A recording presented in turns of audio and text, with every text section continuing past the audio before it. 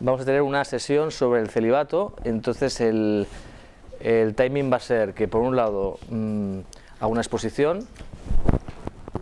Hombre, sobre el celibato se podrían estar horas hablando, es un tema difícil en el sentido de profundo.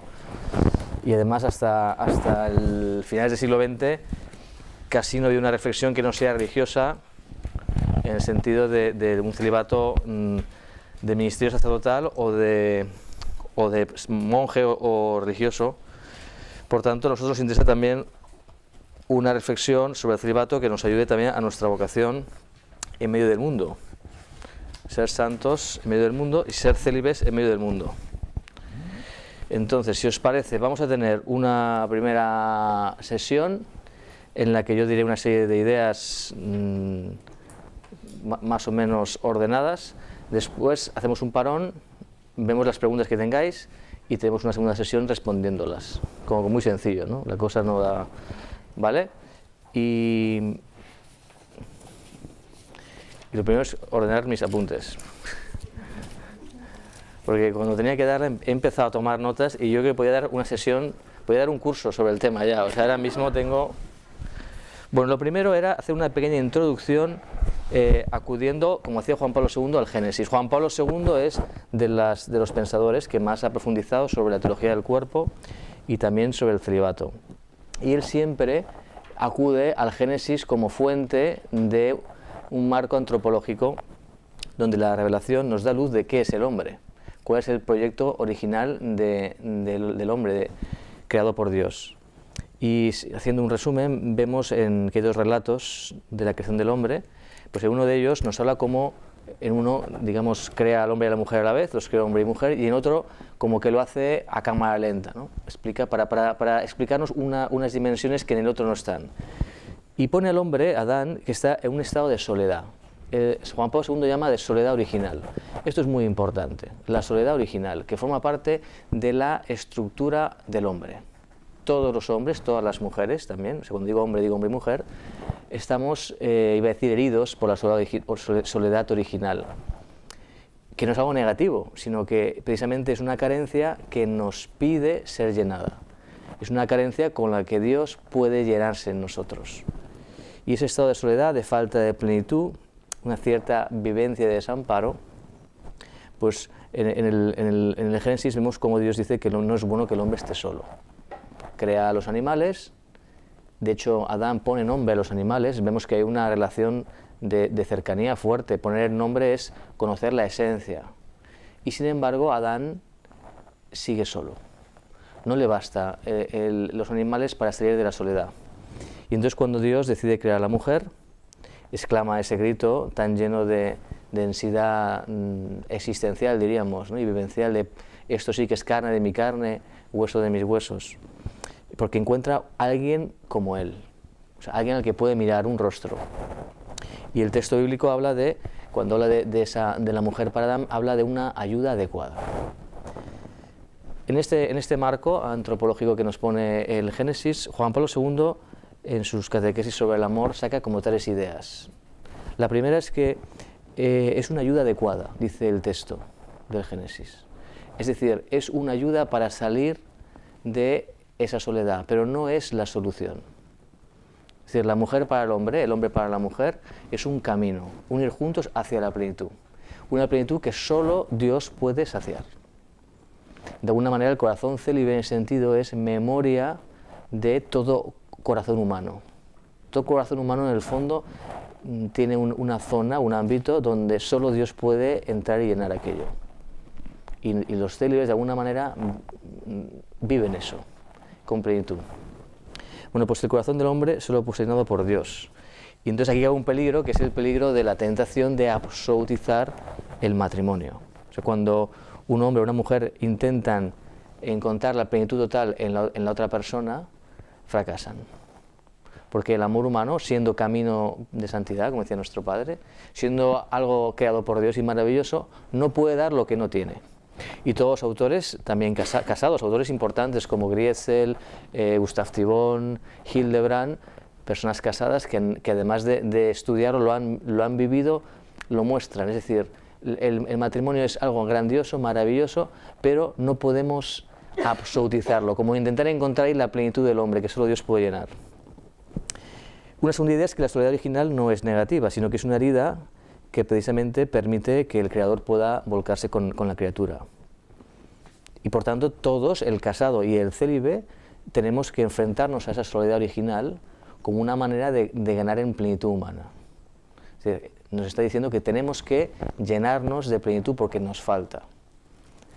Y el tercer punto que vemos que Juan Pablo II subraya aquí es que el hombre descubre en Dios la fuente de un don tan precioso como la mujer para el hombre o como el hombre para la mujer. Es decir, Dios es dador de un don precioso. Y entonces el hombre se ve como un don para la mujer y la mujer como un don para el hombre. Esto daría más para entrar en la teología de los cuerpos, del matrimonio, pero que también nos ayuda. Entonces, con este marco teológico y antropológico que nos ofrece la revelación, entramos ya en el celibato. El celibato es un modo de amar que inaugura Jesucristo. Propiamente antes de Jesucristo no tiene sentido hablar de un celibato por el reino de los cielos. De hecho, en el Antiguo Testamento no aparece de un modo propio. En el Nuevo Testamento, en Mateo 19, Jesús habla de ese eunuco por el reino de los cielos, ¿no? Eunucos que los hombres los han hecho, eunucos que han nacido así, y eunucos por el reino de los cielos. Cristo es perfecto Dios y perfecto hombre. Nuestro Padre estaba enamorado de esta verdad. Es perfecto hombre. Vive con perfección, con plenitud, su humanidad, su ser hombre. Y Él vive esa plenitud con un corazón virgen. Es decir, el hombre perfecto es virgen. Esto es un dato que nos da la revelación. Y es un dato que nosotros, además, en la contemplación, en la vida de oración, podemos beber de él. Porque nos damos cuenta de que viviendo como vivió Cristo, su humanidad, nosotros alcanzamos plenitud. Juan Pablo II, en ese sentido, da mucha importancia a un pasaje, que es el de Mateo 22, 30, cuando hay una discusión, no sé si os acordáis, en que los fariseos intentan pillar a Jesús y le hacen esa propuesta, ¿no? Que había un hombre que tenía una mujer, pero se murió la mujer, su hermano ¿no? se casó de nuevo, así hasta 5 o 7, no recuerdo. Bueno, en el cielo, ¿qué pasará? ¿No? Se ha casado con 6 o 7, ¿de quién? ¿No? Y entonces el Señor dice algo, no tengo aquí el Evangelio, pero dice estáis muy equivocados, porque Dios es un Dios de vivos, no de muertos. En el cielo, dice, seréis sicut angeli, o sea, como ángeles, no ángeles, como ángeles. Es decir, el Señor les dice, en el cielo el amor mediado matrimonial no tiene sentido. Este amor mediado que hay aquí, este camino de esta ayuda para llegar a la plenitud, tiene sentido mientras hay muerte. El matrimonio tiene una dimensión, podríamos decir, temporal. Cuando llega la muerte, la alianza se rompe. Por eso una mujer se puede volver a casar. O sea, esa alianza entre hombre y mujer cuando se casan, que son imagen del amor de Cristo y la Iglesia, cuando muere la mujer o muere el hombre, desaparece. Es decir, es provisional. En el cielo, ese amor será un amor mucho más profundo, donde Dios será todo en todos. O sea, podremos amar a cada uno como si no hubiera otro. De alguna manera, lo que Cristo vive en la tierra, que Cristo en la cruz se abre a todos los hombres y a todas las mujeres, Cristo que se entrega a cada uno como si no hubiera otro, con toda la pasión, con toda la fuerza, con toda ternura, sin atarse a nadie, eso será el cielo. En la tierra no podemos, un hombre casado se entrega a su mujer y todo lo demás, o una mujer se entrega a un hombre, todos los demás amores están mediados por ese cariño humano, y es bueno que sea así, pero no olvidemos que es un camino hacia. En ese sentido podemos decir que todos los hombres y todas las mujeres están llamados a un amor célibe en el cielo, un amor mucho más profundo, un amor mucho más perfecto, una comunión ya no genital, porque ya no habrá muerte. Entonces el celibato es participar de ese amor de Cristo en la tierra, un amor virginal, y incoa, el célibe en la tierra incoa el amor del cielo. Empieza a vivir, anticipa lo que será la comunión en el cielo. Una comunión donde no hay posesión propiamente. Una comunión que es para siempre. Una comunión que no es temporal, como veíamos que es el matrimonio. Y eso, como veis, es un don de Dios. No nace de la técnica, no nace de las tesis, es un don que Dios concede. Porque el amor del Padre al Hijo es un amor virginal. Fijaos, el Padre tiene un amor virginal por el Hijo, engendra al Hijo, sin concurso de otra persona. Y el Hijo transparenta el corazón del Padre, por decirlo de una manera. O sea, Cristo es un amor virginal, un corazón totalmente ancho, totalmente abierto, totalmente dado a los demás. Y el célibe de alguna manera está llamado a eso. Por eso un punto importante, me parece, en la reflexión sobre el celibato es redescubrir la profunda belleza que tiene el celibato. Porque estamos llamados a una plenitud humana muy profunda, a una capacidad de amar tan grande que con las fuerzas humanas no podemos, porque es la capacidad de amar que tiene Cristo. Nos vamos asemejando al corazón de Cristo por don de Dios. Es más, llega un momento en que nos identificamos con Él. Yo vivo en Él y Él en mí. Yo amo en su corazón y Él en el mío. De hecho, al final San Pablo dice, no soy yo el que vive, sino que Cristo vive en mí. No tanto yo en Él, sino que Él vive en mí, Él habita en mí. Bueno, pues el corazón virgen ha sido alcanzado por esa hermosura de la belleza de todo amor. Solo entre los que han captado la belleza del amor humano, solo el hombre, la mujer que descubre la belleza profunda que tiene amar a una mujer, amar a un hombre, solo entre esos Cristo puede herir en el fondo del corazón y decir, bueno, es que hay una fuente de ese amor, una belleza fontal, que es el amor de Cristo, exclusivo, total, pero que exclusivo en el sentido de que todas mis fuerzas, todas mis potencias, toda mi energía se concentra en el corazón de Cristo. Y de Cristo me abro a todas las personas. Esto es importante. El célibe no se entrega al mundo. Yo no me entrego a las almas, al mundo entero, ¿no? A las personas. Yo me entrego a Cristo. Y en el corazón de Cristo yo encuentro a todas las personas. Este es el movimiento adecuado. O sea, cuando uno dice, no, yo no tengo una mujer, un hombre, yo tengo todo el mundo. Eso no se aguanta. Yo tengo un amor, un corazón, Cristo, que además es el único que puede llenar por entero al hombre. Por eso es un amor, es un corazón, el del Virgen, que no está mediado por un cariño humano, por eso es un corazón indiviso, se dice. En Corintios, en la primera carta de los Corintios, San Pablo habla de que el célibe está en las cosas del Señor, en cambio el casado está dividido. Hay que entenderlo en el sentido, no en el sentido negativo, sino en el sentido de que el célibe está en las cosas del Señor. ¿Y qué son las cosas del Señor? El incienso, las velas, no es eso. O sea, a veces empequeñecemos, ¿no? O sea, las cosas del Señor son las personas, son corazones, son rostros. Por eso el corazón del célibe tiene que estar lleno de rostros, de personas. Y es un corazón, el del célibe, que está llamado a ensancharse como el de Cristo, decíamos. Por tanto, rasgos del corazón célibe son la ternura, la anchura, la no acepción de personas. Nos puede ayudar la imagen de Cristo en la cruz, abierto a todos. Al ladrón arrepentido que se conmueve y al ladrón impenitente. A los soldados brutales y a María y a Juan. El cielo y la tierra, el cielo y el infierno, todo, está abierto a todo. Ese es el estilo del corazón de Cristo, que es amar a cada uno como si no hubiera otro. Eso solo puede hacerlo Cristo. Nosotros no somos capaces de eso. Y el amor humano, matrimonial, es un amor que no permite eso. El casado ama a todos los amores desde el cariño humano de su mujer o de su marido. Y es un camino de santidad. Pero vemos que es un camino que está llamado a ser superado en el cielo. Y el célibe está llamado a vivir la vida de Cristo, a participar de la sed de Cristo. A veces uno dice, bueno, yo, cuando el Padre nos habla, por ejemplo, ¿no?, de la amistad y confidencia, ¿no? Y uno puede decir, bueno, claro, entonces el apostolado es la amistad y la confidencia, y entonces después de la amistad y del trato nace un trasvase de vidas, y ahí yo hablo de mi vida y hablo de Dios. Eso es así, por supuesto. Y además es nuestra especialidad, ¿no?, la marca de la casa, ¿no?, diríamos, ¿no? El plato fuerte que tenemos es ese. Pero cuando participamos de la sed de Cristo, además de ese camino tan natural que es la amistad y confidencia con nuestros iguales, el que está herido por el amor de Cristo, un corazón virgen, va adquiriendo los sentimientos de Cristo y participa de la sed de Cristo en la cruz. Y por tanto, se conmueve, vive, percibe la sed de Cristo en todo lo que se encuentra. O sea, por eso, aunque no conozca a una persona, porque no es amiga suya, no ha habido confidencia, no es un igual, el corazón célibe vibra y dice, ¿yo cómo puedo hacer para acercar esta alma a Dios? Una persona que me he encontrado en autobús, que no es mi amiga, no hay amistad y confidencia, evidentemente. Pero sin embargo, el corazón célibe participa de la sed de Cristo y la encomienda. Y se hace el encontradizo.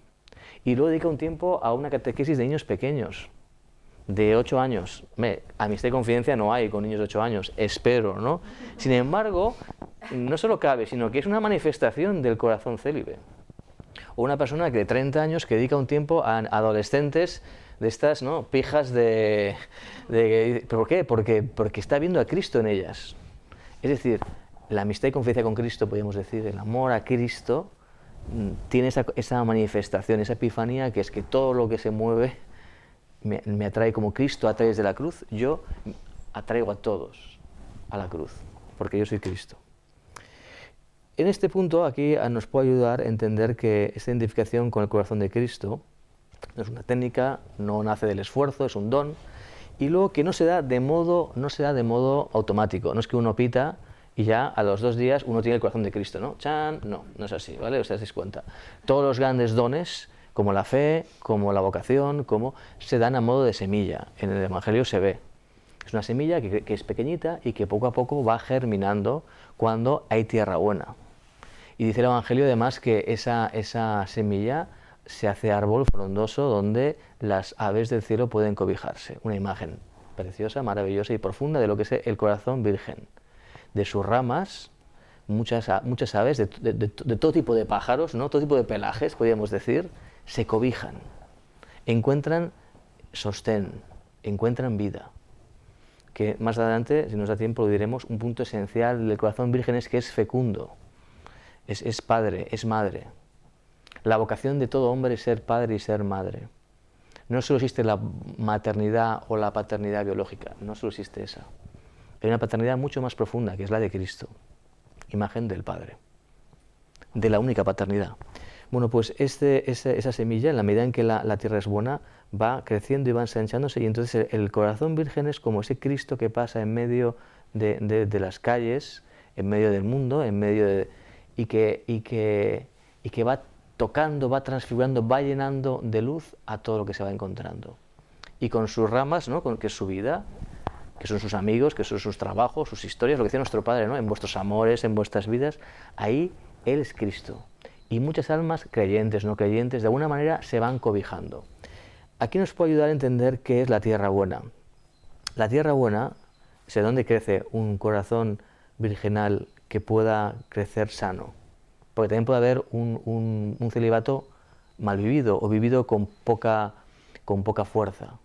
Y en lugar de ser un árbol donde se cobijan las aves, es un arbustillo que tiene un fruto solo, ¿no?, y picado además, ¿no?, y no hay ni un pájaro, ¿no?, hay como muchas hormigas, ¿no? Entonces dices, bueno, es decir, que la semilla, aunque sea divina, aunque sea hermosa, aunque sea bella, si la tierra no es buena, no crece bien. Y aquí hay un punto que creo importante para la reflexión sobre el celibato. Como veis, estoy haciendo ya una exposición más vivencial ahora, menos teológica y menos antropológica, menos bíblica, pero creo que es importante. Y es un axioma medieval, válido, profundo, y que tiene mucho que ver con el espíritu de casa, que es que la gracia de Dios actúa, perfecciona, eleva la naturaleza, pero no la suplanta. La gracia de Dios no suple. La gracia de Dios actúa en la naturaleza, en lo humano. Y desde lo humano, aquello se va transfigurando, se va embelleciendo, va adquiriendo plenitud. Es más, se puede decir que la gracia de Dios lo que hace es llevar a plenitud lo humano. Eso es Cristo. Cristo es perfecto hombre y eso es la gracia. O sea, Cristo es la gracia, es el autor de la gracia. Es la gracia hecha carne, podríamos decir. Bueno, pues cuando la tierra no es buena, cuando la naturaleza humana no está bien constituida, el celibato, el corazón virginal, no nace bien. Y muchos problemas de celibato, de fracturas en la castidad, de fracturas en el área afectivo-sexual, nacen precisamente de este punto. Una naturaleza humana mal constituida, por ejemplo, una persona que humanamente no vive en la verdad, una persona que humanamente no ha sabido amar a sus padres, una persona que humanamente no sabe querer a un amigo. Hablo de cosas humanas, os dais cuenta, ¿no? Qué difícil es, ¿no?, que la semilla del celibato ahí pueda germinar, pueda crecer, porque lo humano es donde la gracia actúa. Y cuando un celibato está mal vivido, aparece la insatisfacción, búsqueda de nuevos tesoros. Es una ley antropológica, una ley psicológica, que es que cuando uno renuncia a 500 es por más de 500. O sea, uno no puede renunciar a 500 por 200, ¿no? O sea, eso te crea insatisfacción, te quedas con cara de tonto, y dices, bueno, o sea, ¿qué hago fallado, no? Tú dame 100 y yo, no, dices, a ver, aquí, ¿no? O sea, entonces, el tesoro escondido, ¿os acordáis, no? Que va y encuentra un tesoro increíble y con gran alegría vende todo lo que tiene porque el tesoro vale más. Claro, si tú vas al tesoro y te encuentras un calcetín, dices, bueno, o sea, yo, ¿esto qué es? He entregado todo, ¿no? He vendido la casa, mis bienes y tal, me esperaba, ¿no? Monedas de oro, perlas, lo que fuera, y me he encontrado un calcetín, usado además. No, eso no. Entonces dices, de alguna manera, cuando el celibato no está bien vivido, cuando uno no vive con esa pasión, con esa profundidad, con esa amplitud del corazón de Cristo, le sucede esto, que llega la insatisfacción y entonces llegan las compensaciones. De este tema, si os parece, hablamos más adelante, porque no me va a dar tiempo, ¿no? Y me parece importante decir al menos un poco de todo, y luego ya, si queréis, entramos en los problemas de cómo vivir mejor el celibato. Bien. Otro error es pensar que el que encuentra el tesoro escondido, como nosotros, piensa que el camino a la plenitud es un camino de gloria, ¿no? Glorioso, olímpico, ¿no? Uno va por ahí como, ¿no? O sea, como que el camino, el vivir el celibato es profundamente alegre, es una aventura maravillosa y a la vez doliente. Es decir, forma parte del amor, forma parte de cualquier amor grande el luchar por sacarlo adelante, igual que en el matrimonio. El amor es entrega. Esto es un punto que como que está muy dicho, pero que es tan importante y hemos de recordarlo. La esencia del amor es la entrega, el darse. Esa entrega en la Trinidad, en el seno de la Trinidad, es gozosa. O sea, el Padre se entrega del todo, totalmente, se da del todo al Hijo, y el Hijo recibe todo del Padre. Es decir, el Hijo no es nada que no le ha dado el Padre. O sea, la entrega es total. Eso es el amor, de alguna manera, un reflejo en la tierra. ¿Qué pasa? Que en la tierra, en nuestro mundo, sellado por el pecado, en nuestra carne sellada por el pecado original y por nuestros pecados, esa lógica, esa dinámica de entrega es dolorosa y a la vez gozosa. Esto es importante, es decir, que vivir bien el amor virginal no quiere decir que sea un paseo entre rosas. Nos lleva a vivir un amor fuerte que nos lleva a rompernos a nosotros mismos para dar vida. Es algo extraordinariamente que es la vida de Cristo, pero que es doloroso. Hay que romperse para dar vida. No hay amor más grande que el que da la vida por el amigo. Eso es el amor. ¿Qué pasa? Que en la Trinidad, en el cielo, haremos eso de modo gozoso, sin dolor, sin muerte, sin lágrimas, sin el peso del espacio y del tiempo también, que nos encorsetan, sino será como una... Pero aquí en la tierra tenemos que vivir eso, que es lo que nos da identidad, que nos hace ver personas que saben amar, pero con dolor también. Lo digo para que hay gente que ante las dificultades, para sacar adelante un amor, se queda sorprendido o se queda como... Y hay que darse cuenta que no es que no sea lo tuyo, no es que vayas mal, no es que... No, bienvenido a lo que es amar en esta vida. Amar en esta vida pasa por el dolor. De hecho, nuestro Padre dice que el camino del amor es el sacrificio. Por eso la renuncia a la genitalidad, o sea, es gozosa y dolorosa a la vez. Es una renuncia que cuando tiene sentido, es un sentido amoroso, un sentido de vivir la vida de Cristo en mí, es fuente de ternura. Y de alguna manera el célibe es maestro del casado, porque es maestro en el amor, es maestro en la ternura. El hombre casado, la mujer casada, en el noviazgo y luego en el matrimonio, tienen que aprender a la renuncia de la apetencia sexual.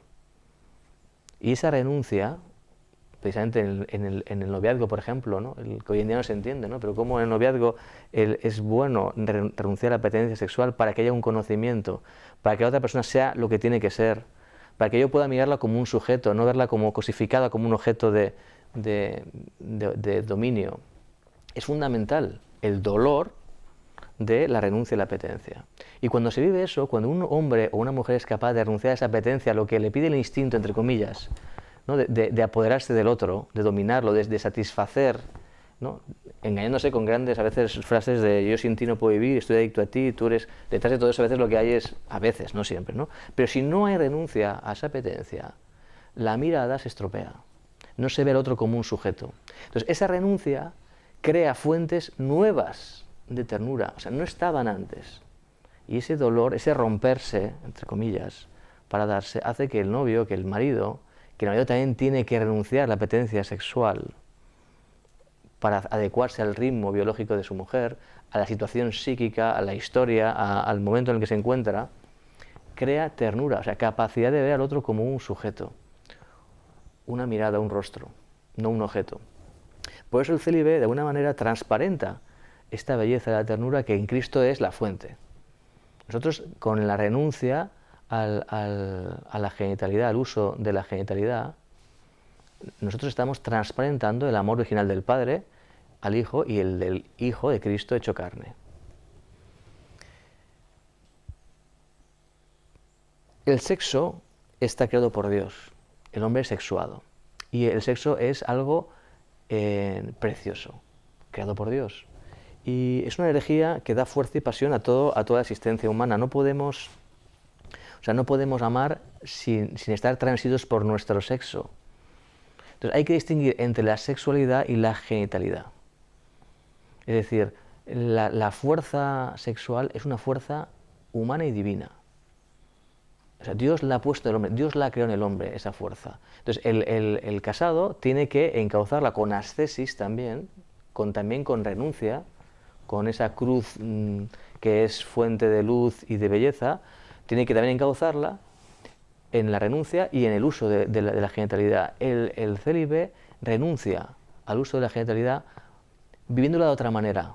Es decir, se puede vivir la plenitud sexual siendo célibe. De hecho, es lo que hace Cristo. O sea, no es antinatural.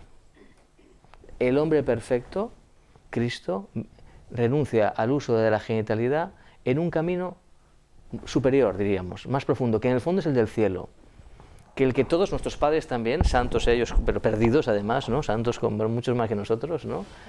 En el cielo vivirán ese amor, un amor que ya no está atado a lo temporal. Veíamos un poquito antes esto, os dais cuenta, ¿no? Entonces, la fuerza sexual es energía preciosa. Qué importante es verlo así. Y vemos que cuando se enfoca bien, se encauza bien esa energía sexual como una fuerza que me ayuda a entregarme, a darme, a amar sin apegarme, sin querer que sea mío ese y solo mío. El célibe es libre, ama sin atarse, como hace Cristo, y ama como si no hubiera otro. Pues esa fuerza está habitada por el Espíritu Santo. O sea, la energía sexual está habitada por el Espíritu Santo y tiene que ser liberada. Esa es nuestra vida. Con la ascetia, con la lucha, con la gracia de Dios, poco a poco vamos adquiriendo los sentimientos de Cristo. Y vemos que los santos han vivido esto de una manera más o menos plena, cada uno, ¿no? Han visto cómo son, y son fuente de humanidad. Juan Pablo II, nuestro padre, Teresa de Calcuta, son personas que humanamente ves una plenitud, ¿no? Dices, bueno, yo veo esta mujer es una mujer, este hombre es un hombre que sabe amar y ama con ternura, sin poseer, sin querer, ¿no? Que sea suyo. La relación que hay en el amor de un hombre a una mujer o de un hombre en la amistad con otro hombre o una mujer no es la relación que tiene un hombre con un plato de arroz, con una pizza. A mí me gusta mucho la pizza, ¿sabes? Que yo, ¿no? Salivas ya, ¿no? Empiezas ahí y te la gozas, ¿no? Y la haces tú y te la comes, ¿no? Pues eso está bien con un plato de arroz. Con una mujer no, con un hombre no. El que es maestro en esa comunión de no dominar al otro es el célibe, es Cristo. Nuestro padre le gustaba poner como ejemplo de corazón célibe a San Juan, ¿os acordáis, no? Cristo que pasa por su vida y el amor que inaugura su corazón, o sea, como una lata de Coca-Cola, ¿no? Que ese ruido mítico, ¿no? ¿No? El que abre por primera vez el corazón de Juan es Cristo. Y después de eso ya los demás amores palidecen, no porque sean malos, no, sino porque no tiene otro interés ya que seguir a Cristo del todo. De alguna manera el corazón virgen tiene que pasar por esa experiencia de ser herido por la belleza fontal de todo amor. O sea, el amor humano es una maravilla y a uno le atrae y ve que tiene gran belleza. Pero Cristo pasa por su lado y es herido por la fuente del amor humano, la fuente de todos los amores, que es Cristo, que es Dios. Y después de eso ya, dentro de un camino, como hemos visto antes, ¿no?, que tiene sus etapas, sus crisis, sus luchas, lo veremos más adelante si nos da tiempo, cuando hablemos de las compensaciones o las crisis. Pero vemos que es un corazón que el motivo de entregarse no es la disponibilidad, es decir, tengo más tiempo para hacer apostolado. No, es que no tiene nada que ver con eso. O sea, Juan se encuentra con Cristo y ya nada más tiene sentido. Te seguiré a donde vayas. ¿Y dónde? No sé.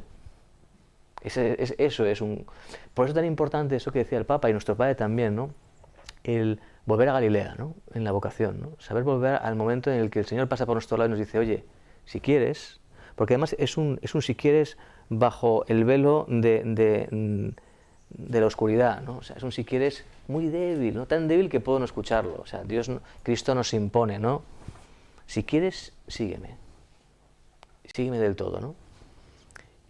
Y claro, ese corazón toca un punto clave que es que se va haciendo el de Cristo y es fecundo. Fecundo, es un punto clave en el corazón célibe, la fecundidad. Una fecundidad que no se queda solo no se reduce solo a la fecundidad propia del matrimonio, que es la biológica. Es una fecundidad que engendra hijos de Dios.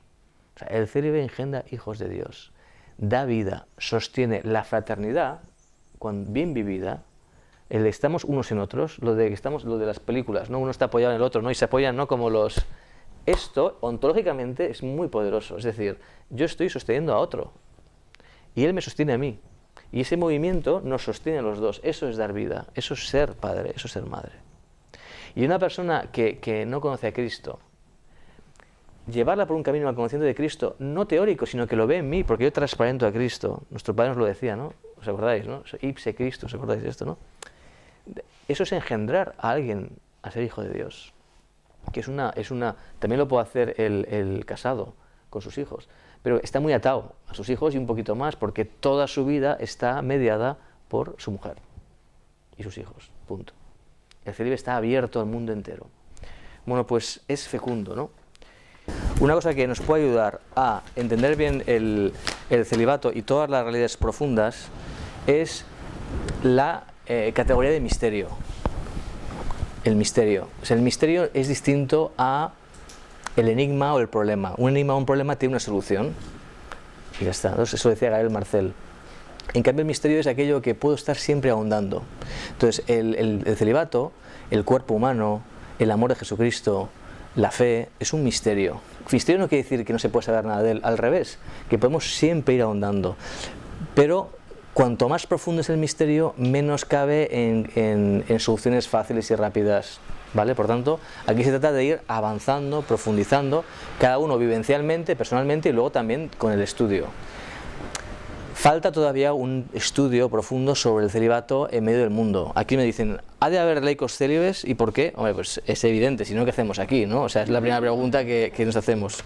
Distinguir, atención, padres mayores de compensaciones. También es interesante esto. Entonces, el laico célibe, en mi opinión, es absolutamente fundamental para que el mundo exista. O sea, después de Cristo, que inaugura el celibato, o sea, el célibe es el que de alguna manera es maestro del amor humano. O sea, el célibe, el laico, el célibe en medio del mundo, o sea, ese árbol que decíamos, ¿no?, que abre las ramas y se cobijan los pájaros, está plantado en medio del mundo. Un mundo herido, un mundo lleno de oscuridad, un mundo lleno de pecado, un mundo... Y precisamente ahí, no solo en el monasterio, reflejando una belleza y hablando del futuro del escatón, que está muy bien y que es necesario, pero es, diría yo, más necesario todavía, o igual al menos, no voy aquí a meterme, pero en medio del mundo. O sea, el hombre de hoy en día necesita ver, tocar, transparentar la figura de Cristo en el célibe, en un hombre y una mujer que están en medio del mundo, que es como sus iguales, pero que sigue la fuente del amor de los amores. Cuando nuestro Padre decía que en el primer punto de camino de amor de Dios, dice, no hay más amor que el amor, ¿os acordáis? Con mayúscula decía, ¿no? No hay más amor con minúscula, que el amor con mayúscula. Está diciendo que el amor con mayúscula es más que el humano, sí, pero está diciendo otra cosa más profunda. Está diciendo que el amor cualquiera, el amor humano, si es amor humano, o está transido del amor de Dios o no es amor. O sea, lo humano sin Dios no es humano. O sea, la criatura humana está habitada por el Espíritu Santo, la criatura humana está creada por Dios. Y todo amor o participa del amor de Dios o no es amor. Claro, esto el célibe es el que lo entiende, el que lo vive, el que de alguna manera empieza a incoar, a ensayar ese estilo de vida de Cristo que todos en el cielo viviremos, pero aquí ya en la tierra. Claro, sin célibes el matrimonio se hunde. Los casados necesitan de nosotros, que somos en ese sentido maestros del amor. Nuestro padre decía que éramos los aristócratas del amor. ¿Por qué? Porque éramos célibes, no porque fuéramos elegantes, ¿sabes? No porque... Bueno, dicho esto, me ha hecho alguna pregunta interesante, las he apuntado en algún sitio, pero si no me acuerdo me la decís, ¿vale? Entonces vamos a responder qué sucede cuando te encuentras mujeres, hombres que llevan una vida célibe, un corazón virgen, pero vemos un estilo de vida frío, corazón duro, no digo despiadado, pero duro, ¿no? Un poco parecido al hielo, ¿no? Y que se puede unir esta pregunta a la de la soledad que decíamos, ¿no? O sea, cómo pues que el hombre, el corazón célibe tiene que enfrentarse a la soledad, a veces, ¿no? De no tener una compañera, un compañero que conviva con él constantemente. Las noches del célibe, ¿no? ¿Qué hace? O sea, es un momento muy interesante ver cómo el célibe en la noche es un momento donde la herida de la soledad acucia, y es donde ahí nos ayuda a descubrir cómo nosotros estamos enfrentándonos a esa herida, ganando interioridad y llenándonos de nuestro amor. Lo veremos si nos da tiempo más adelante. Entonces, el celibato de un corazón duro o frío, evidentemente es un corazón que no es el corazón de Cristo. Hemos visto que el corazón célibe es el que vive, por gracia de Dios, el estilo del corazón del Hijo. Veíamos que detrás de un corazón duro lo que hay es un celibato mal vivido. Hablábamos del tesoro escondido, ¿no? El que a lo mejor ha dejado todo por 500, pero luego se ha encontrado que tiene 300. Entonces dice, la sensación de insatisfacción es grande. Y cuando uno tiene insatisfacción, la propia estructura psicológica del hombre, psíquica, busca la compensación. Uno no está bien, ¿no? Es como si no tienes mucho calor, ¿qué haces? Te pones aquí para tener menos calor, ¿no? O sea, uno busca siempre el equilibrio, ¿no? La compensación es una acción comportamental, de comportamiento, con la que uno busca equilibrar esa falta de plenitud. Es una manera falsa muchas veces de compensar ese equilibrio, pero es la que buscamos. Cuando eso se va repitiendo en el tiempo, adquiere una tendencia, un hábito. Cuando hay compensaciones gratificadas, al final hay dos caminos, la mediocridad o la infidelidad. Es decir, un celibato observante. Quizá una imagen que refleja muy bien el celibato observante, que lleva un corazón frío, es decir, hace las cosas, es continente. Habría que verlo también, pero bueno, puede llegar a ser incluso continente, ¿no? Puede incluso ser mortificado, puede hacer muchas gestiones apostólicas, pero es un corazón frío. No hay pasión, no hay vida, no hay luz, no hay calor, ¿no? Es el hijo de la parábola, el hijo mayor. Cumple todo, hace todo, pero tiene un fondo de amargura. No ha percibido el tesoro. No se da cuenta de que todo lo de su padre es suyo. No se da cuenta de que es libre. No se da cuenta de que es hijo. Y ve al hermano pequeño en el fondo con envidia. ¿Os dais cuenta, no? Pues este es un camino que puede recorrer el corazón virgen. Y a veces ocurre porque uno tiene miedo a sentir, a los afectos. Es decir, como el impulso de atracción que tiene el hombre por la mujer o la mujer por el hombre es tan grande, ante esa energía sexual que veíamos que era preciosa, os dais cuenta, ¿no? Que es una energía, o sea, es fuente de creatividad, es fuente de pasión, es fuente de... San Pablo vemos que tiene una energía que... No, nuestro padre, ¿no? Eso es energía también sexual. No hay que... Pues esa energía que tiene tanta fuerza, hay personas que dicen, bueno, lo que voy a hacer es congelarla. La pongo en el frigorífico, muerto el perro, muerto de rabia. O sea, no hay, ni amo a un hombre, ni amo a Dios, ni a nadie. ¿Qué pasa? Que luego hay una serie de acciones donde uno de alguna manera pues luego va a misa, reza, y hace toda una serie de, ¿no? toda una estructura, pero que es un poco gincana en el fondo. Y cuando estás solo o estás sola, por la noche se da cuenta de que está sola, que está vacía. Y eso lo que hace es que el corazón se acartona, ¿no? Se hace un corazón esclerotizado, un corazón que no tiene vida. Es un corazón que vive en la regla, en el deber, y al final todo se basa en el premio o en el castigo. Todo el movimiento es decir, bueno, hago esto porque a cambio me dan esto. Y ahí están los cargos como una medalla que me da sentido, ¿no? Me han nombrado directora y eso de alguna manera me da un poco de gasolina, ¿no? Me han dado este encargo y entonces un poquito tengo algo, ¿no? Pero que realmente, ¿entendéis? O el miedo. Cuando es un punto daría más para gente, para adolescentes, pero para todos, ¿eh? O sea, claro, la energía sexual tiene un ímpetu, una fuerza muy grande, ¿no? Y la juventud todavía más, ¿no? Entonces, cuando se encauza eso, ya sea en el matrimonio, en el celibato bien vivido, como veíamos, ese encauzarlo, ese personalizarlo a donde tiene que ser, ¿no? Si el motivo es el miedo, ese corazón se estropea. O sea, el motivo por que una persona viva la castidad, el motivo por que una persona renuncia a un afecto humano, el célibe que dice, yo me doy cuenta que me estoy enamorando de este corazón, de este hombre, si el motivo es el miedo, ese corazón se acartona, se enfría, se hace duro. Por un lado hemos visto el que no ama nada y lo que ha hecho ha sido ser un congelador, ¿no? Y por el amor de Dios, más vale equivocarse, meter la pata, pero por favor, corazones que saben amar. O sea, el corazón, el congelador nos mata, nos hace de personas duras, frías, ¿no? Pero luego está también lo que veíamos, ¿no? El que funciona por miedo. Miedo al pecado, miedo a quedar mal, miedo a qué van a decir, miedo a... No puede ser que el motivo de el por qué dices que no a una gratificación en el área afectivo-sexual sea el miedo. Miedo a lo que te digan en la dirección espiritual. Esto no lo hago porque si no tendré que contarlo.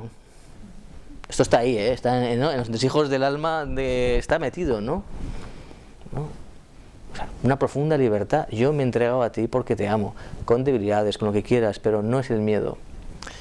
Bien, esta energía sexual que es habitada por el Espíritu Santo no tiene nada que ver con el perfeccionismo, ¿no? de intentar mantener un estatus o una regla, ¿no? Que es fuente de escrúpulos, de neurosis. O sea, Torello dice que una energía sexual encauzada por el miedo crea neurosis. Fijaos, se estropea. O sea, nuestra cabeza se estropea ahí. En cambio, lo que hemos de hacer es dar sentido a la renuncia, tanto a la apetencia sexual como a la apetencia afectiva, de consuelos de afectos humanos. Nos encontramos también el otro lado, ¿no? Hemos visto el corazón frío que ha congelado todo tipo de afecto, porque así ya no tiene ningún problema, pero que al final, ¿qué es? Pues es como un cenicero, ¿no? O sea, mejor no. Que la persona que va mendigando cariño, como no tiene un paréntesis importante, todo hombre tiene que tener, cuando digo todo hombre digo toda mujer, ¿vale? O sea, todos y todas, tal, ¿no? Pues todo hombre tiene que encontrar la plenitud en un corazón. O sea, yo me he enamorado de Cristo y en Cristo encuentro mi sentido. No veíamos en las almas y tal. Cuando una persona no tiene un corazón al que se entrega, donde de alguna manera busca ser una sola carne con él, una sola cosa, que es lo que busca el amor, busca compensaciones, entonces mendiga el afecto en pequeñas, ¿no? En compensaciones de pequeñas amistades, y ahí vienen los afectos desordenados, ya sea pues con una persona más joven, una persona más simpática, la atracción de personas. Uno busca llenar ese vacío con pequeños sucedáneos, y eso nos lleva a un engaño, o es una máscara, nos damos cuenta, ¿no? Que tarde o temprano tiene su manifestación en las inconsistencias. Por tanto, en la soledad es fundamental para el célibe. La soledad es el momento donde uno descubre, se manifiestan, emergen esas compensaciones. ¿Qué busco yo cuando estoy solo? No que me gustaría buscar. O sea, a mí me encantaría que por la noche pensara en San José, me encantaría, pero no te he preguntado qué es lo que te gustaría, ¿sabes? No, a mí me encantaría que cuando estuviera en misa, pues, no, el Espíritu Santo... Yo por la noche, ¿qué es lo que me pasa cuando estoy solo? ¿De qué tiene hambre mi corazón? ¿De qué ternura está buscando? Y nos da pistas, nos está hablando, y eso es el examen de conciencia, realmente, vivido a fondo, ¿no? Nos está hablando de dónde está nuestro amor. ¿Por qué no tengo hambre de la palabra de Dios? ¿Por qué no soy como el centinela que está esperando la aurora, ¿no? Para despuntar como a la Magdalena, ¿os acordáis, no? Nada más despuntar a luz va a buscar a su amor, ¿no? Sin saber muy bien si lo va a encontrar o no. Que esa es otra. No tiene cogido, ¿eh? Que nosotros parece que si Cristo lo podía tocar y tal...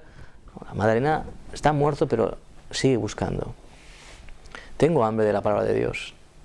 Tengo hambre de escuchar la voz de Dios. Y a lo mejor uno dice, bueno, pues no tengo hambre, no pasa nada. Pero aquí es donde está el camino de transfiguración de nuestro corazón para que sea un corazón como el de Cristo.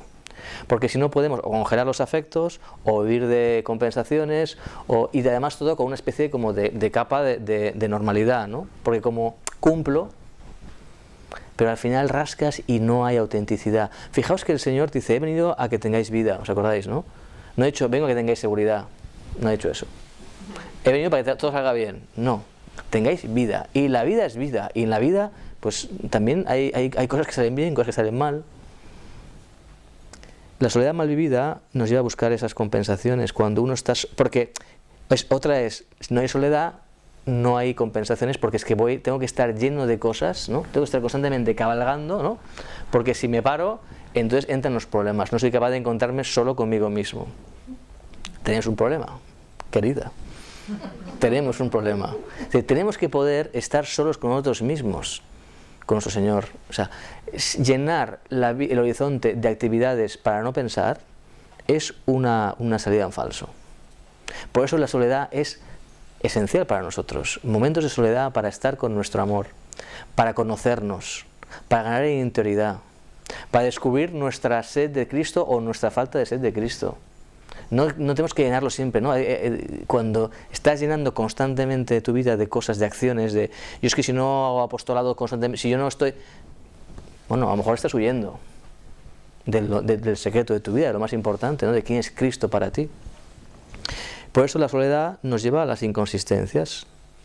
¿Qué es lo que...? Por eso cuando hablábamos de la soledad, no verla como algo negativo, igual que cuando veíamos la soledad original del Génesis, Juan Pablo II decía, no es negativo, sino que es una herida que lo que permite es que podamos, que el Señor se nos vuelque en nosotros, podemos llenarnos de Dios, precisamente porque estamos vacíos. O sea, es una carencia que es positiva. Pues aquí igual, para el corazón virgen, la soledad es necesaria. Aprender a vivir en soledad, a ganar en interioridad. Nos llevará también a ser capaces de saborear, de masticar la palabra de Dios. O sea, un corazón virgen que no tiene hambre de la palabra de Dios. Yo entiendo que una persona de 15 años esto le pueda pillar un poco y decir, bueno, o sea, yo cuando tenía 15 años la palabra de Dios me pillaba lejos, no, lo siguiente, ¿no? Pero, ojo, ya desde jóvenes uno tiene que empezar a darse cuenta de lo que está viviendo. Y si no, eso es falso. Tema de los cambios. Hablábamos aquí, ¿no? De una numeraria, cambia de sitio, no sé cómo estaba dicho, ¿no? Cómo eso afecta, si es bueno o malo. Veíamos también la importancia de la naturaleza y la gracia, ¿no? Cómo es importante la naturaleza. Una persona que está bien arraigada, que tiene, ¿no? una relación con su familia de sangre buena, que tiene amigos, que eso es importante para nosotros, nos damos cuenta, ¿no? Dicho eso, que es verdad todo eso, y por tanto, en la medida de lo posible hemos de intentar dar estabilidad a las personas y que una persona pueda estar en un sitio donde tiene amigos, donde pues es bueno que tenga cerca a sus padres si es posible, que la relación con los padres sea una relación sana, buena, o sea, no pasarse el peligro de la familiosis a veces se ha entendido mal, ¿no? O sea que hemos de querer con profundidad a nuestros padres, ¿no? Y todo eso es un humus que va regando nuestra vida humanamente y ahí la gracia de Dios actúa. Dicho esto, que es verdad, no es definitivo, ¿vale? Lo que es definitivo es lo siguiente, lo que voy a decir ahora. No. Un pequeño momento de... Lo que voy a decir ahora es lo siguiente. Cuando una persona le dice a Cristo, le dice, te seguiré a donde quiera que vayas. ¿Os acordáis, no? Le dice, muy bien, pero el Hijo del Hombre no tiene donde reclinar la cabeza. O sea, el Hijo del Hombre si tú quieres ser como yo, si tú quieres tener un corazón como el mío, si tú quieres vivir el estilo de mi corazón virginal, no tiene donde reclinar la cabeza. Es un corazón pobre, en el sentido de la pobreza de espíritu. Un corazón libre, desnudo, desasido de los afectos terrenos que decía nuestro padre. Bien, donde el pueblo judío estaba asentado, lo que daba fundamento al pueblo judío era la Torá. Eso es lo que le daba identidad. La Torá es la ley. Con Cristo se rompe el templo, se rompe su cuerpo y ya no se adora en un sitio concreto. Con Cristo las raíces del corazón virgen se sumergen en el amor a Cristo. Es decir, el corazón virgen tiene que de alguna manera darse cuenta que solo el amor al Padre, vivir de la voluntad del Padre como Cristo, es su raíz. Y eso lo vemos en los santos. Y vemos santos que están aquí, luego son un país, santos que han ido a América, y sin embargo han sido hombres de una profunda humanidad a la vez. No han sido tíos raros, ¿no? También hay tíos raros, hay santos raros también, ¿eh? O sea, hay santos que hacen cosas muy raras, ¿eh? Pero eso no nos metemos, ¿no?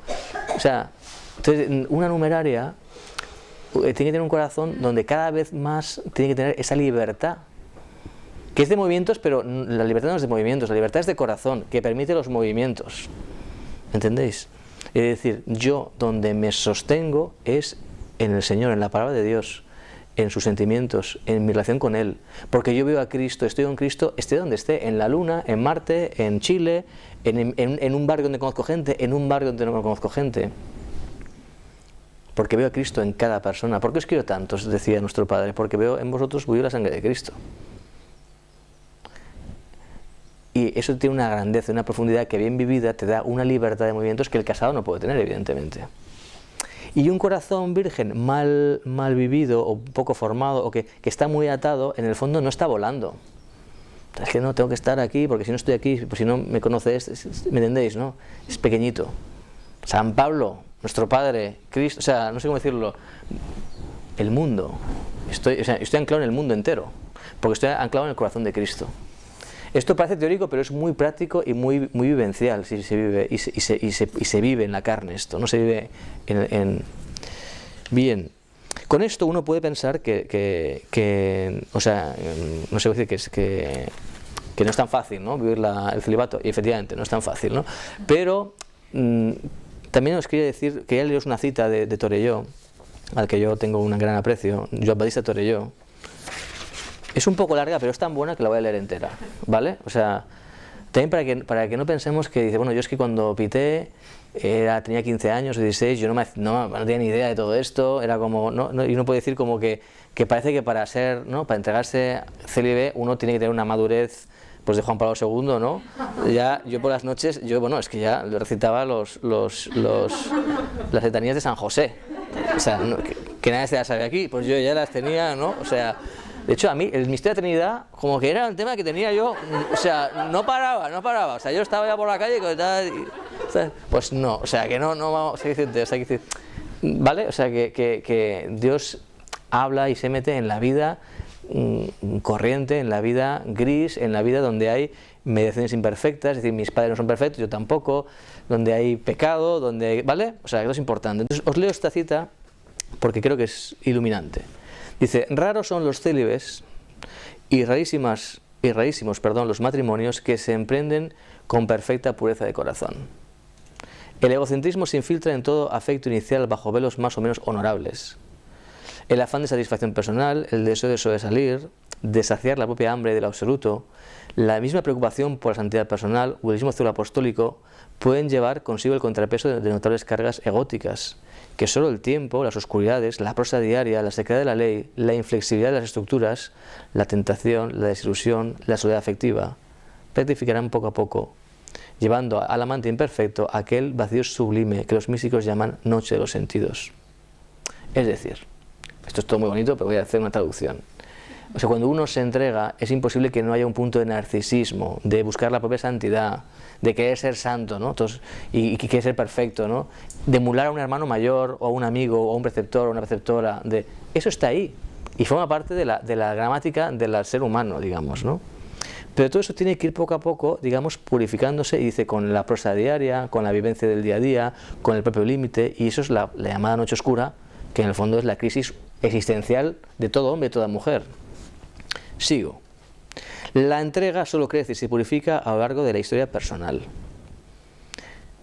Dice, la mayor parte de los llamados matrimonios logrados son siempre parejas de supervivientes. Es una frase redonda. O sea, son supervivientes. ¿Sabes lo del barco que has cogido ahí? Te has cogido un tronco y tal, y al final nos hemos cogido y hemos llegado. O sea, un matrimonio logrado son supervivientes.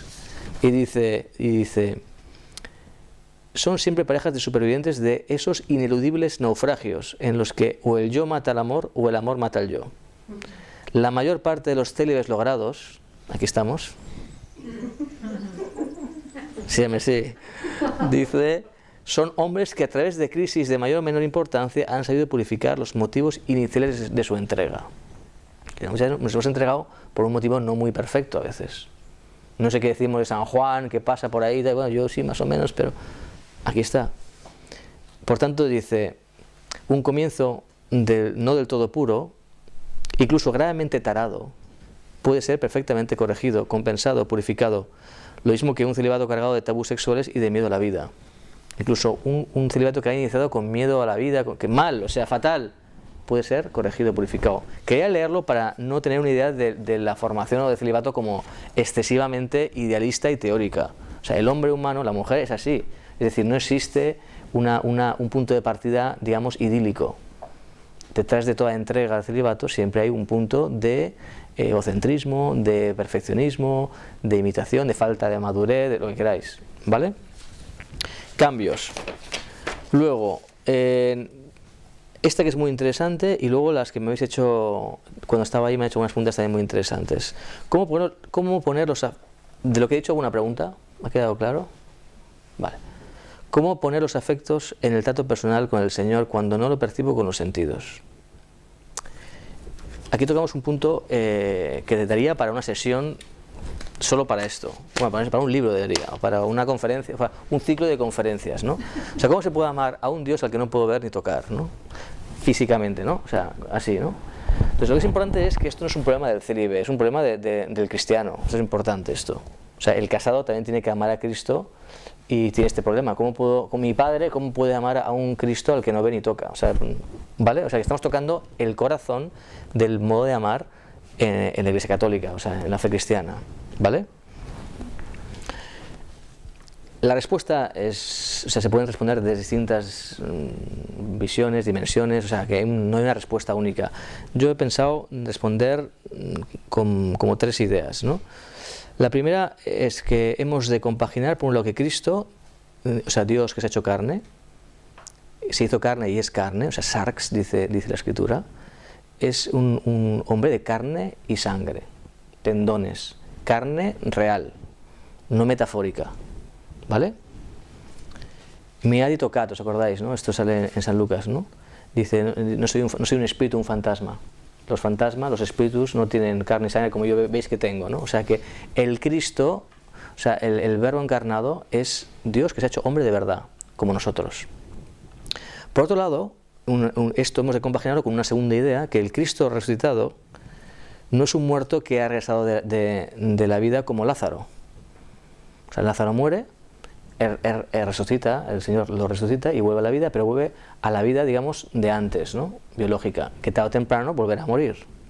No es la vida de Cristo. La de Cristo resucitado no es como Lázaro que ha vuelto a la vida. Es una vida nueva, es una vida transfigurada, es una carne glorificada, una carne que no está atada al espacio y al tiempo. Y por tanto es una carne que no es la dimensión biológica única que hay. Es decir, entonces, tercer punto, cuando vemos en el Evangelio los encuentros de las personas que ven a Cristo resucitado, vemos que el encuentro con Cristo no es con los ojos de la carne. Emaús, ¿os acordáis, no? Están con Él, pasean con Él, hablan con Él, pero no reconocieron. O sea, con estos ojos de la carne no se puede tocar, no se puede ver esa carne transfigurada. No es que no sea carne, pero es una carne que está transfigurada, o sea, está fuera del espacio y del tiempo. Es, digamos, la carne que tendremos todos en el cielo. Sin embargo, el contacto que tienen los de Emaús con Cristo es un contacto real. Y es un contacto que está en la carne a la vez, porque mientras nos hablaban en el camino, es un sentido. Mientras escuchábamos sus palabras, y eran palabras físicas, mientras en el camino nuestro corazón ardía. Entonces nos está hablando de que el encuentro con el Señor es un encuentro con un órgano que no es el órgano de la vista o de la oreja, es el órgano del amor, es el órgano de la conciencia, es un órgano que es lo más profundo del hombre. Y aquí hay un punto que me parece hacer una reflexión interesante. Es decir, uno puede decir, bueno, esto es como un nuevo modo de tratar a una persona que viene con Cristo. Bien, pero de alguna manera esto está siguiendo ya un camino que la propia naturaleza humana ya tiene. Me explico. La sociedad que vivimos nos ha empequeñecido muchísimo el modo de amar, el modo de conocer, el modo de...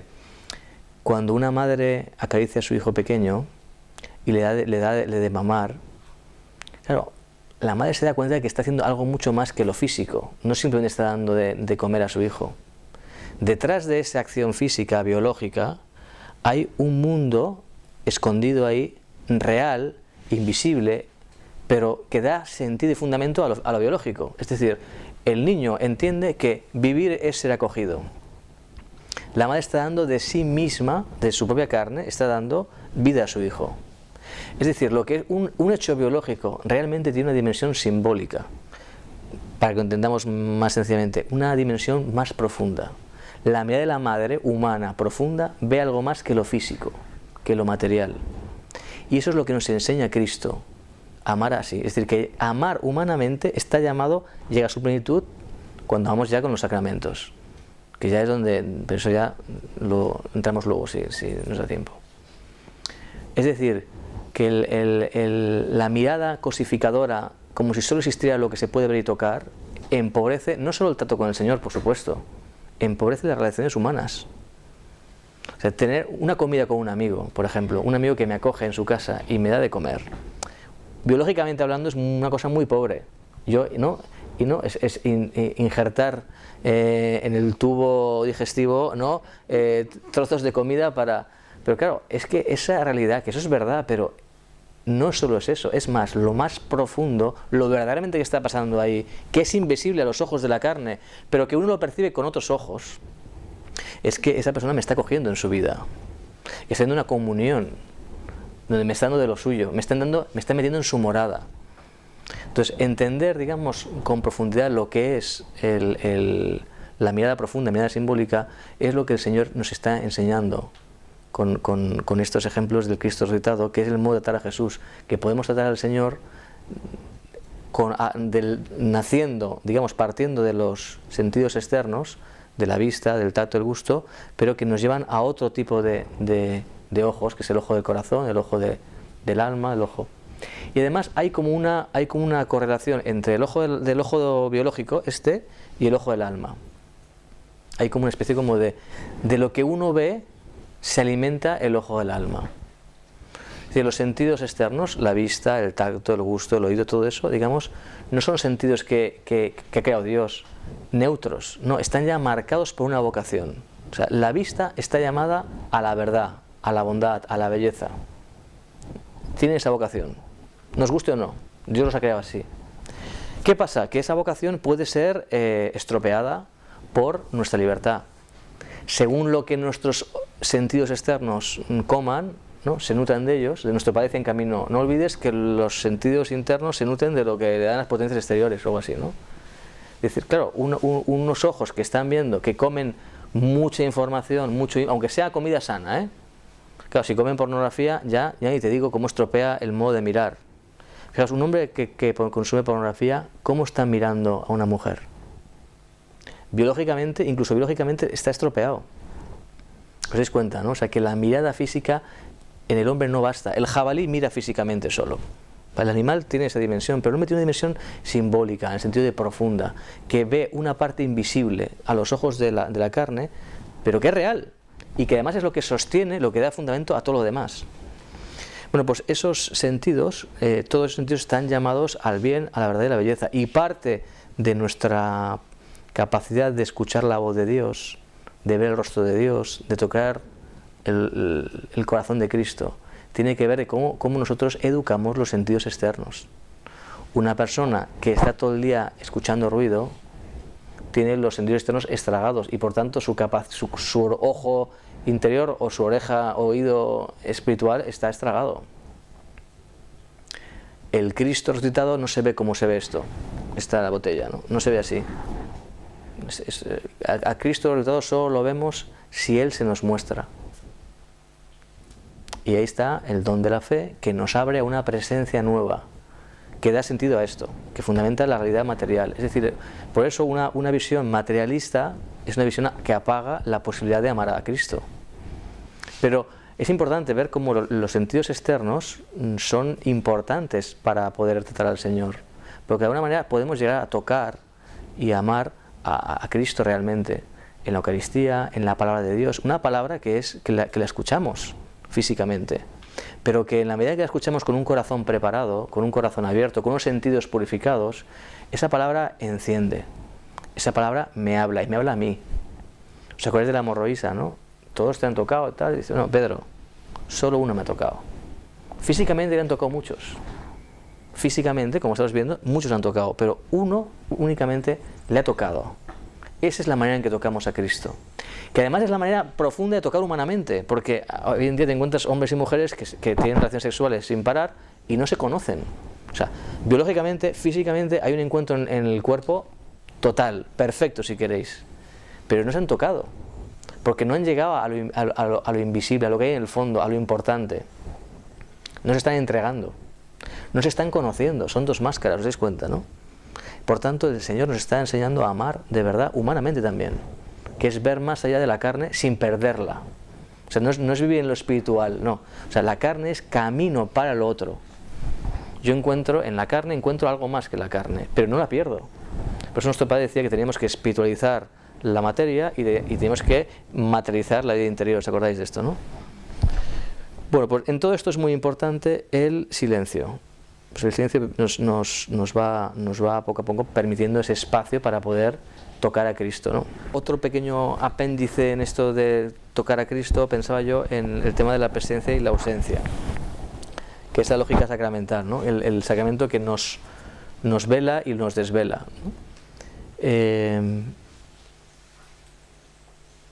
Hay un punto clave en el amor humano, en todo amor, que es aprender a dejar espacio al otro. O sea, renunciar a intentar apoderarme del otro. O sea, el hombre a la mujer al hombre tienen que dejar que ella sea quien es. Y eso el Célibe es maestro en eso, ¿no? Que es el maestro en la caricia, ¿no? Que la caricia es tocar y ser tocado pero sin poseer, ¿no? Entonces, de alguna manera, en la tierra, con Cristo podemos decir que la lógica, el juego del amor en la tierra con Cristo es este. Él que nos toca, apenas nos roza, y luego tenemos que buscarle.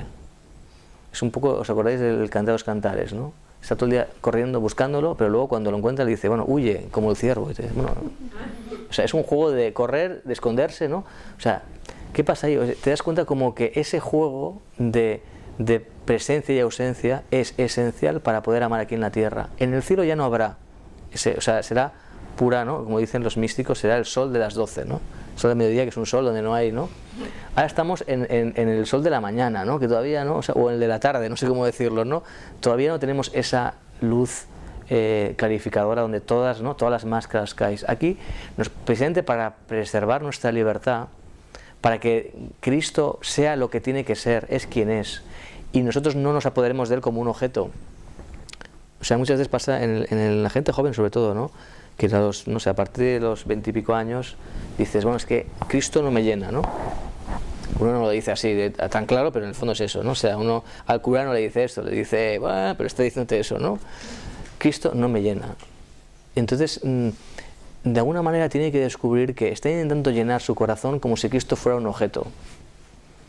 Lo que veíamos antes de la Magdalena, ¿no? Que me la como y estoy a gusto, joder, me he llenado, ¿no? Entonces uno tiene que descubrir que ese juego de buscar a Cristo, encontrar a Cristo, amar a Cristo, que nuestro Padre nos decía, ¿no? Buscar, ya os digo yo que es amar. Porque la búsqueda nos saca de nosotros mismos, la búsqueda ensancha nuestro corazón, la búsqueda nos quita de nuestra seguridad. Cuando la Magdalena le dice a Jesús, ¿no? Primero no lo conoce, ¿os acordáis, no? Ve a Jesús y no sabe qué es Jesús. Lo ve con los ojos de la carne, pero no lo reconoce. María, le dice. Y entonces sucede algo en su corazón, que es donde está lo importante, y entonces ya lo reconoce. Y entonces le abraza los pies y le dice, no le me tangere, no me quieres retener, déjame ser como soy. No me quieras, todavía no puedes no puedo ser tuyo aquí. Todavía no he subido al Padre, o sea, en el cielo es donde podremos tener, como estar unos en otros de modo pleno. Pero aquí en la tierra todavía tenemos que vivir en esa lógica del dejar que el otro sea él. La mujer muchas veces, el hombre también, pero la mujer más, busca aferrar para estar segura. Claro, y Cristo no quiere que aferres. Cristo quiere que tú le sigas a Él. ¿Dónde? Donde Él quiera. No busques la seguridad en aferrarte a Él, en la seguridad del tocar. No quieras cogerme, María. Todavía no has subido al Padre. Es un modo de amar distinto al que te pide las vísceras. Mucho más profundo. Porque nos abre una interioridad que ni siquiera soñábamos. Donde el Espíritu Santo se va metiendo ahí y nos va haciendo descubrir los rasgos del corazón de Cristo. Y entonces encontramos a Cristo en la Eucaristía, pero lo encontramos también en la vida ordinaria. ¿Os suena esto, no? O sea, la profunda belleza de encontrar a Cristo en la vida ordinaria. O sea, que hay un diálogo real. Y yo encuentro a Cristo en los demás, y encuentro a Cristo en esa de casa, en la que me cae bien y en la que no me cae tan bien. Claro, nos va sacando lo mejor de nosotros, porque para poder llegar a esa santidad que el Señor espera de nosotros, que en el cielo será total, pero aquí, si lo cerráramos ya, nos empobreceríamos. Bueno, pues el Cantar de los Cantares se ve como al final acaba, la última frase del cantar es: huye, amado mío, sé como la gacela o el joven cervatillo en los montes. No entiendo mi letra aquí, pero algo así como de las balsamaras, no sé qué son las balsamaras o algo así, ¿no? Pero no es un poco desconcertante, ¿no? Después de toda esa búsqueda, ¿no? Corriendo por los montes, ¿no? Como, huye. El Señor nos está enseñando a amar en esa presencia y ausencia. La vida espiritual tiene sus estaciones y tiene que haber poda, tiene que haber invierno, tiene que haber momentos donde nuestros afectos tienen que estar purificados para poder luego abrirnos a una belleza más profunda. Y eso también pasa en el amor humano. Claro, cuando el amor humano es pura material, puro físico, pura biología, todo esto no sirve para nada. Pero claro, es que entonces somos jabalís. Y que el hombre es otra cosa mucho más grande. Porque tiene que descubrir que en el amor a su mujer o en el amor a su marido está Cristo ahí. Nuestro padre decía, ¿os acordáis, no? El lecho matrimonial es un altar. ¿Qué es un altar? Es un altar es donde se une el cielo con la tierra. Tomarse en serio estas cosas da vértigo, pero esto es real. Pues el célibe es maestro en eso, en esa capacidad de amar, pero también es una capacidad de amar que pasa por la soledad, pasa por las podas, pasa por la nieve, pasa por buscar, y el Señor se esconde, y en un momento nos roza y nos toca, pero esa presencia del Señor basta unos toques para darnos cuenta de que vale la pena. Y luego lo encontramos en la vida diaria, y lo encontramos en la amistad, y lo encontramos en el trabajo, lo encontramos en la enfermedad. Bueno, y eso es real, eso es lo más real que hay.